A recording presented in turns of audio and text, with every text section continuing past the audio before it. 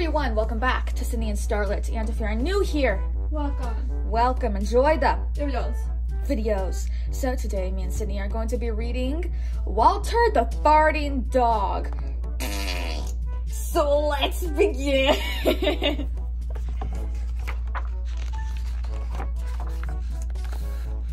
Betty and Billy brought Walter home from the dog pound. Nobody wanted him, said Billy. But we love him, said Betty. Well, he smells awful, said their mother. I think you'd better give him a bath. Mother walked in and said, he still smells awful. And that's when they got the first clue, the telltale bubbles in the water. He's probably just a little nervous, said Mother, hopefully. His stomach must be upset. But Walter's stomach wasn't upset. Walter's stomach was fine. He felt perfectly normal. He just farted a lot.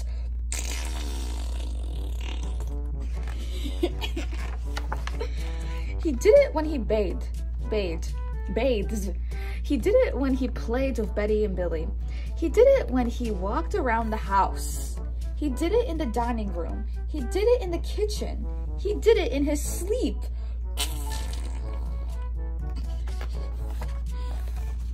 That dog farts morning, noon, and night, said Father.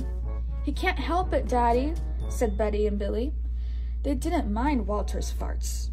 So what if he farts? Billy said to Betty when they were alone in their room with Walter. Betty agreed. Walter agreed too. He sat there looking innocently around, farting. Take him to the vet, said Father. Farting, said the vet, or rectal flatulence, as we say in the medical profession, and prescribed a change in diet. Or flatulence.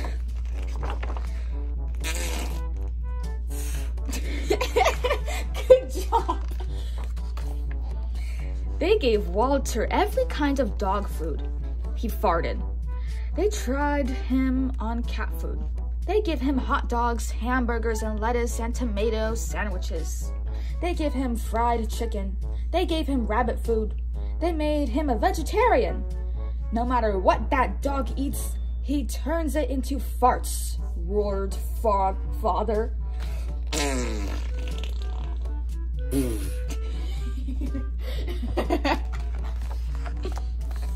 Walter got the blame for everybody else's farts too. If Uncle Irv let one slip, he just went and stood near Walter. Then all he had to say was, Walter!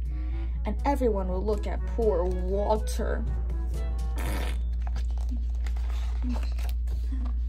He has to go back to the pound, said Father. No, Daddy, please, begged Betty and Billy. Don't send Walter away. He goes tomorrow, said Father. They pleaded. Walter farted. It was all over. That night, Betty and Billy cried in their beds, and Walter looked at them unhappily.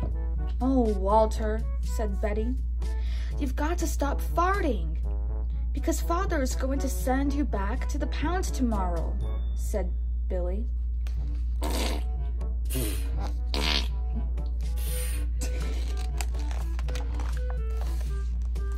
Walter knew how serious the situation was. He'd never see Betty and Billy again. He resolved to hold in his farts forever. When Betty and Billy fell asleep, he walked down to the kitchen to see if there was anything good around to eat.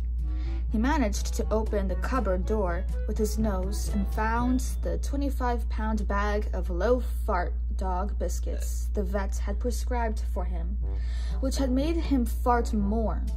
Even though they made him fart more, he couldn't resist. He ate the entire bag. Very tasty, said Walter to himself.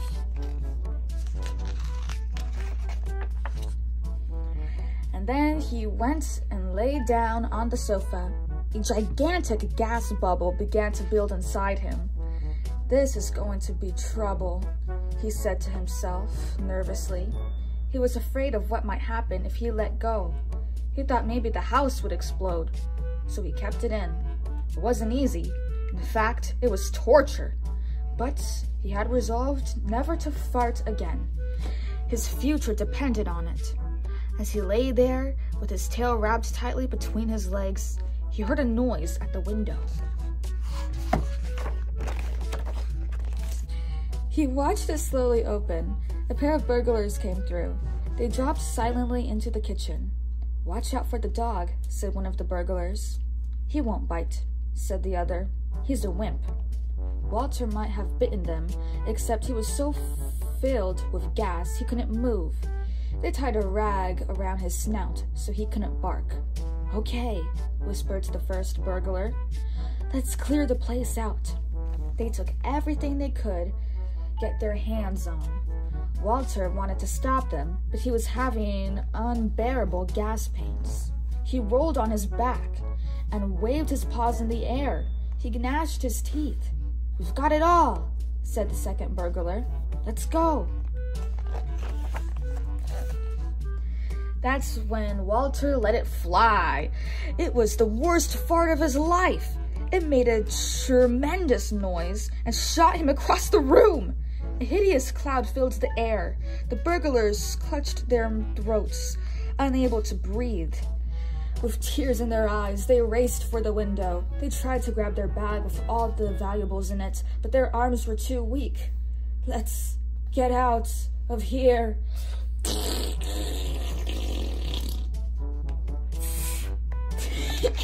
Singing.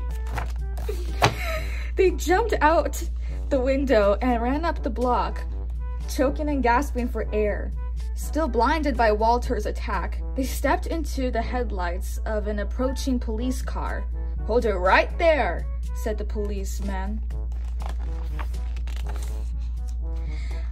When father and mother came down in the morning, they found the open window, and they saw the bag with their valuables in it, and Walter was sitting beside it. He still had the rag tied around his snout. You'd have to say he looked heroic. "He saved the silverware," cried Mother. "He saved the VCR," cried Father. "Good dog, Walter. You're our dog, even if you do fart all the time." And so the family learned to live with Walter, the hero dog. And that's the end of our trial.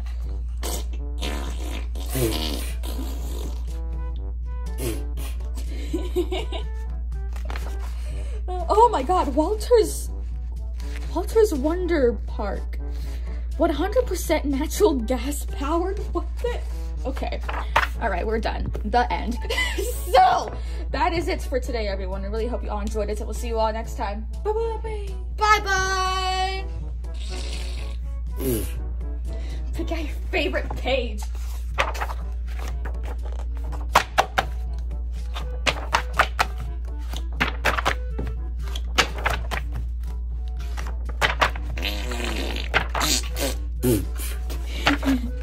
Sydney.